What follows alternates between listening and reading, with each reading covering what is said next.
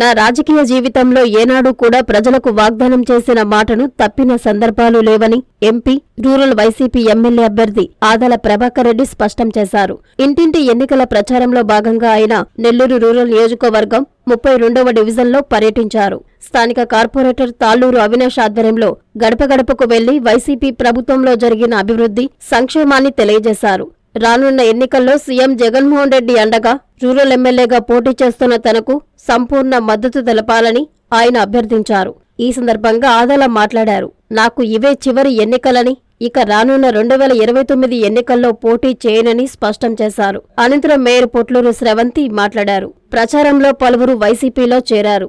వారికి ఆదాల పార్టీ కండువాలు కప్పి సాదరంగా ఆహ్వానించారు. ఈ కార్యక్రమంలో Nellore Vijaya dairy chairman Kondreddy Rangareddy, railway board సభ్యులు స్వర్ణ వెంకయ్య, ఏఎంసీ చైర్మన్ పేర్నాటి కోటేశ్వర్ రెడ్డి, రాష్ట్ర బీసీసీఎల్ కార్యదర్శి సిహెచ్ హరిబాబు యాదవ్, క్లస్టర్ అధ్యక్షులు Bezawada Meghanath Singh, AMC director Swarna Jeevan Prasad, YCP నాయకులు, కార్యకర్తలు పాల్గొన్నారు.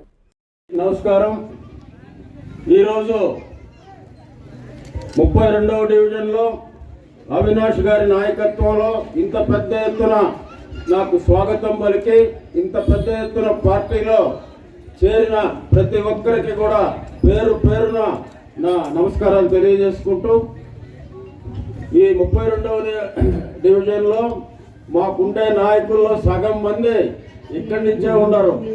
అందరూ కూడా అవినాష్ కంటే పెద్దవాళ్ళు. పాపం అవినాష్ని దీవించి ఇక్కడ కార్పొరేటర్ అయ్యేదానికి వారందరూ కూడా సహకరించారు. వారందరికి కూడా నా అభినందనలు తెలియజేసుకుంటూ, ఈరోజు ఇంత పెద్ద ఎత్తున ఇక్కడికి తరలి వచ్చి నాకు స్వాగతం పలికి పార్టీలో చేరినందుకు మరొక్కసారి కృతజ్ఞతలు తెలియజేసుకుంటూ, ఈరోజు జగన్మోహన్ రెడ్డి గారు అధికారంలోకి వచ్చిన వెంటనే ఆయన ఏమేమి చెప్పాడో అవన్నీ కూడా నెరవేర్చిన ముఖ్యమంత్రి జగన్మోహన్ రెడ్డి.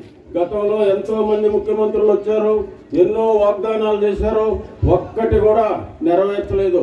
ఏదో తూతూ అంటూ 1-2 కార్యక్రమాలు చేసి పోయిన వాళ్లే తప్ప ఇంత పెద్ద ఎత్తున చేసిన నాయకులు ఎవరు కూడా లేరని మీ అందరికి కూడా తెలియజేసుకుంటూ, మీరే చూస్తూ ఉన్నారు. ప్రతి ఇంటికి ఒక సంక్షేమ పథకం ఏదో ఒకటి అందింది. ఇట్లా అందరి కుటుంబం అంటూ పేద మధ్య తరగతి వాళ్ళల్లో ఎక్కడ కూడా లేదు. ఈరోజు ఒక పక్క సంక్షేమ కార్యక్రమాలు, ఇంకొక పక్క అభివృద్ధి కార్యక్రమాలు చేసుకుంటూ పోతూ ఉన్నాం. నేను గత 6 నెలల్లో దగ్గర 150 కోట్ల రూపాయలతో ఈ ప్రాంతాలన్నింటినీ కూడా అభివృద్ధి చేశాను. ఇంకా రాబోయే రోజుల్లో 1000 కోట్లు 5 సంవత్సరాల్లో తీసుకొచ్చి మన రూరల్ నియోజకవర్గాన్ని ఒక అద్భుతమైన నియోజకవర్గంగా తీర్చిదిద్దేదానికి ప్రయత్నం చేస్తానని కూడా తెలియజేసుకుంటూ, ఇంత పెద్ద ఎత్తున మీరందరూ కూడా వచ్చి మమ్మల్ని ఆశీర్వదించినందుకు మీ అందరికి కూడా మరొక్కసారి పేరు పేరున కృతజ్ఞతలు తెలియజేసుకుంటూ సెలవు తీసుకుంటున్నాం. మన జగన్మోహన్ రెడ్డి గారు మధ్యతరగతి పేద కుటుంబాలకి ప్రతి ఒక్క తలుపు తట్టి సంక్షేమ పథకాలు అందించడమే జరుగుతుంది. కానీ ఇలాంటి ప్రాంతాలను కూడా, మధ్యతరగతి ప్రాంతాలను కూడా అభివృద్ధి చేసింది మాత్రం ఆదాల ప్రభాకర్ రెడ్డి గారు ఇన్ఛార్జ్ తీసుకున్నప్పటి నుంచి మాత్రమే అని కూడా ఇక్కడ ఉన్నటువంటి స్థానికులందరికీ కూడా తెలియజేస్తున్నాను.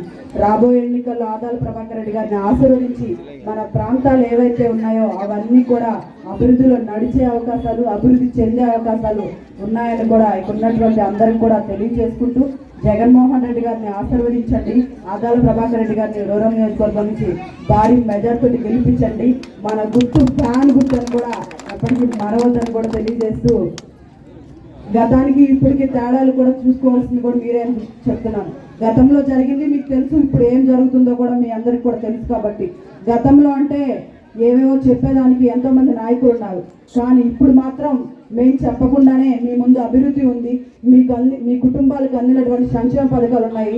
మీరు ఎక్కడికి వెళ్ళి రేషన్ తీసుకుంటున్నారో గతంలో, ఇప్పుడు ఎక్కడ వచ్చి తీసుకుంటున్నారో, గతంలో చూసుకుంటే పెన్షన్ కానీ ఎక్కడికి వెళ్ళి తీసుకుంటున్నారో, ఇప్పుడు ఎక్కడికి వచ్చి ఇస్తున్నారో అన్నదంతా కూడా ఆలోచించుకోవాలి. ఏదైనా బర్త్ సర్టిఫికేట్ కానీ, డెత్ సర్టిఫికేట్ కానీ తీసుకోవాలంటే ఏ ఆఫీసుతో చెప్పులు అడిగేటట్టు తిరిగే పరిస్థితులు గతంలో ఉన్నాయి. కానీ ఇప్పుడు మాత్రం జగన్మోహన్ రెడ్డి గారి ప్రభుత్వంలో ప్రతి వార్డులో, ప్రతి వీధి చివరన సచివాలయం వ్యవస్థను పెట్టారు. అక్కడ ఉన్నటువంటి ప్రాంతాల్లో ఉన్నటువంటి బిడ్డల్ని వాలంటీర్లుగా పెట్టి మీకు ఏ సంక్షేమ పథకం కావాలని అందిస్తున్నాడు.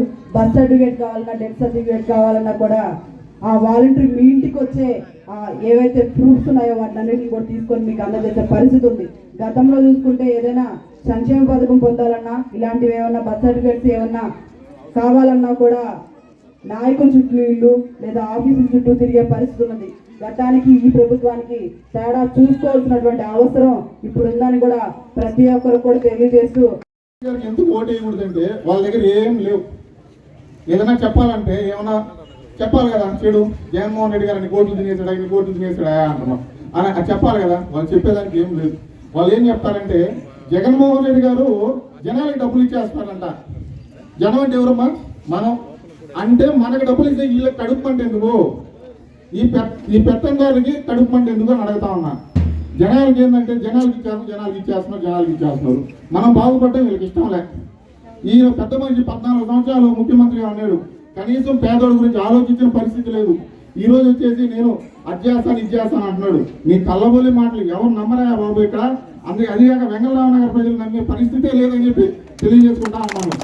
అలాగే రాబోయే రోజుల్లో ప్రతి ఒక్కరు కూడా మన బాధ్యతగా తీసుకొని మనం ఎంతైతే లబ్ధి పొందుతున్నామో ప్రతి ఒక్కరు కూడా ప్రతి ఇంటికి మనమే ఒక స్టార్ క్యాంపైనర్లుగా ఈరోజు మనం వెళ్ళి చెప్పాల్సిన అవసరం ఎంతైనా ఉంది. ఈరోజు ప్రభాకర్ రెడ్డి సారు మన ఎలక్షన్కి మొదటిగా మన దగ్గరికి వచ్చారు. ఇంకా అంతా కూడా మనమే చూసుకొని దగ్గర నుండి నడిపించాల్సిన అవసరం ఉంది. రాబోయే రోజుల్లో ప్రతి ఒక్కరు కూడా మన ప్రభాకర్ రెడ్డి సార్ వెంట నడవాల్సిన అవసరం ఉంది. ఈరోజు మన వాలంటీర్లు ఉన్నారమ్మా, మన వాలంటీర్లు అవమానకరంగా మాట్లాడతారు. గోన్ సంచులు మోసుకుంటారు ఇల్లు అని అంటాడు ఒక ఆయన వచ్చేసి వీళ్ళు ఇంట్లో వాళ్ళ డేటా అంతా బయటకు ఇచ్చేస్తున్నా అంటాడు. వీళ్ళందరినీ మనం దగ్గరికి రానిచ్చామా అసలుకి?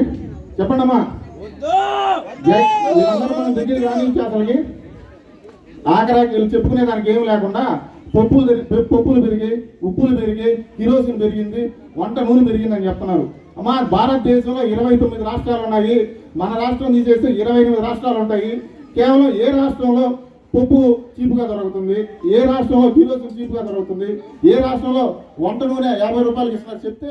13 సంవత్సరాల జూనియర్ కాలేజ్ ప్రయాణంలో విశ్వసాయి మరో మైలురాయి. విశ్వసాయి జూనియర్ కాలేజ్ వారి మరో నూతన బ్రాంచ్ రమేష్ రెడ్డి నగర్ నందు 2024-25 అకాడమిక్ సంవత్సరం నుంచి ప్రారంభమవుటకు సిద్ధంగా ఉంది. అన్నమయ్య సర్కిల్, టోనోస్పీట్, ధనలక్ష్మీపురం ఇలా నెల్లూరు నలుమూలలా ఇంతకు ముందే బ్రాంచీలు కలిగిన విశ్వసాయి జూనియర్ కాలేజ్ ఇప్పుడు మరో నూతన బ్రాంచ్ రమేష్ రెడ్డి నగర్ లో కేవలం 13 సంవత్సరాల వ్యవధిలో అనేక బ్రాంచీలు స్థాపించడమే కాకుండా 1000కి పైగా మెడికల్ సీట్లు, మరెన్నో ఐఐటి, ఎన్ఐటి సీట్లు ప్రతి సంవత్సరం పొందుతూ ఎప్పటికప్పుడు పిల్లల భవిష్యత్తుని, తల్లిదండ్రుల నమ్మకాన్ని నిలబెడుతూ ఉన్న విద్యా సంస్థ విశ్వసాయి జూనియర్ కాలేజెస్, నెల్లూరు, తిరుపతి.